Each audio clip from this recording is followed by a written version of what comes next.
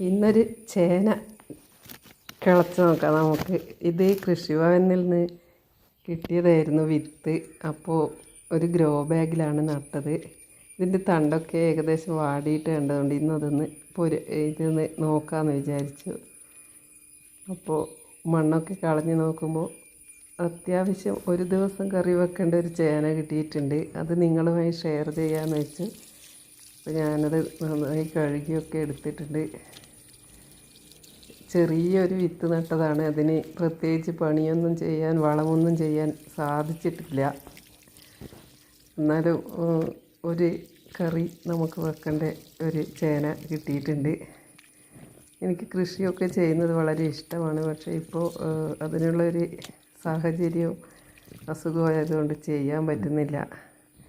അപ്പോൾ നിങ്ങൾക്കൊക്കെ ഇത് ഇങ്ങനെ കൃഷിയൊക്കെ ഇഷ്ടമാണോ? ഷെയർ ചെയ്യുമോ? എല്ലാവരും കമൻറ്റ്